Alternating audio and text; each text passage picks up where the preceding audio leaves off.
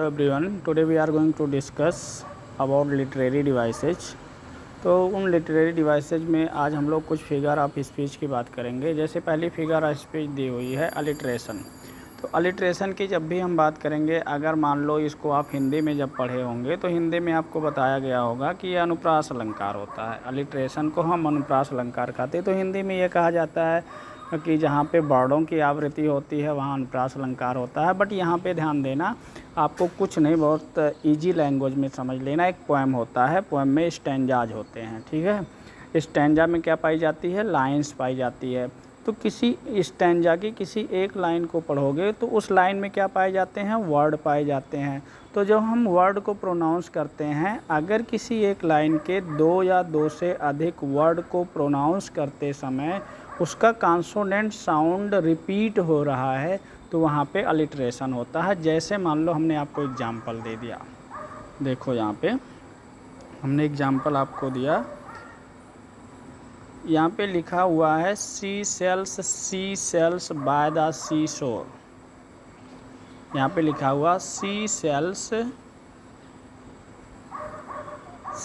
Sales by the shore. देखो, अगर हम इस वर्ड को प्रोनाउंस करें तो सी लिखा हुआ, इसको प्रोनाउंस करें सेल्स लिखा हुआ, आगे फिर सी, फिर ये सेल्स, फिर बाय, ये सी, ये शोर में जितने भी वर्ड दिए गए हैं, देखो कितने वर्ड दिए गए हैं, ध्यान से देखो। यहाँ पे अगर हम ध्यान से देखें तो ये वन वर्ड हो गया,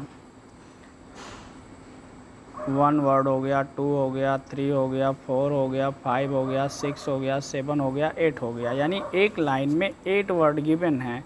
और जब इन 8 वर्ड को हम प्रोनाउंस कर रहे हैं तो यहाँ पे देखोगे आपको, यहाँ पे इस वर्ड का साउंड जो कर रहे हैं उसमें कॉन्सोनेंट साउंड सेम है, इसमें कॉन्सोनेंट साउंड सेम है, इसमें कॉन्सोनेंट साउंड सेम है, इसमें कॉन्सोनेंट साउंड सेम है, इसमें सेम है, इसमें भी कॉन्सोनेंट साउंड सेम है। इसीलिए जब किसी भी लाइन में दो या दो से अधिक कॉन्सोनेंट साउंड रिपीट होते हैं तो वहाँ अलिट्रेशन होता है। समझ में आ गई बात?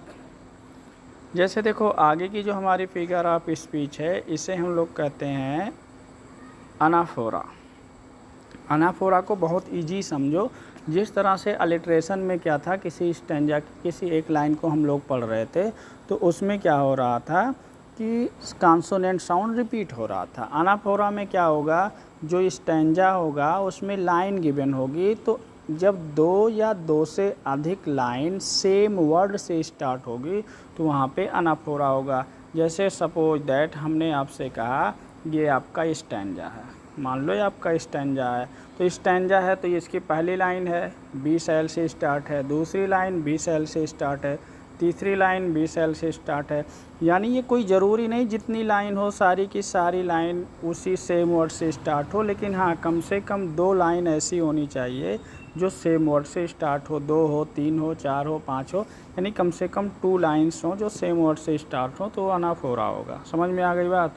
जैसे मान लो और डिटेल में अनाफोरा को समझना है तो हमने आपसे कह दिया, देखो anaphora is the Greek term.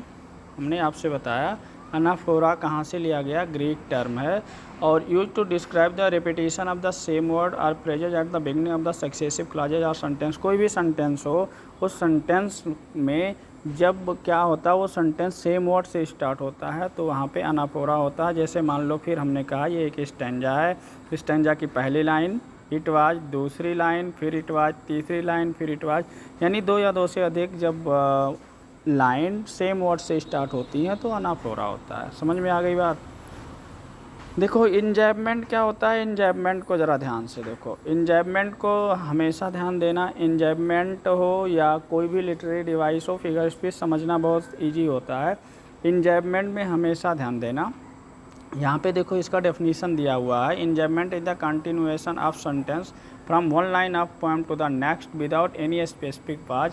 देखो बहुत शॉर्ट में समझ लो, मतलब क्या है, देखो ये मान लो किसी पोएम की एक स्टैंजा है, तो स्टैंजा है, ये पहली लाइन है, दूसरी लाइन है, तीसरी लाइन है, ऐसे और भी लाइन हो तो ध्यान देना, जब स्टैंजा की कोई भी एक लाइन ऐसी हो जिसमें पंक्चुएशन मार्क ना लगा हो, किसी दूसरी लाइन में लगा हो या दूसरी में भी नहीं तीसरी में लगा हो, तो वहाँ इंजैबमेंट होगा। जैसे वी वर रनिंग, यहाँ कोई पंक्चुएशन मार्क नहीं है, to find what had happened, यहाँ भी कोई पंक्चुएशन मार्क नहीं है लेकिन यहाँ पे है। तो जब स्टैंजा की एक या एक से अधिक कोई लाइन हो जिसमें कोई पंक्चुएशन मार्क नहीं होता है तो वहाँ से इंजैबमेंट होता है।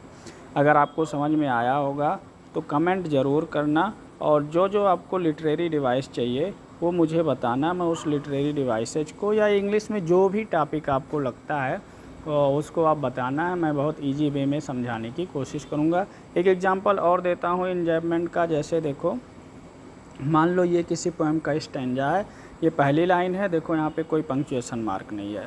ये दूसरी लाइन है, यहाँ भी कोई पंक्चुएशन मार्क नहीं है। यहाँ पे तीसरी लाइन में आकर के पंक्चुएशन मार्क लग रहा है।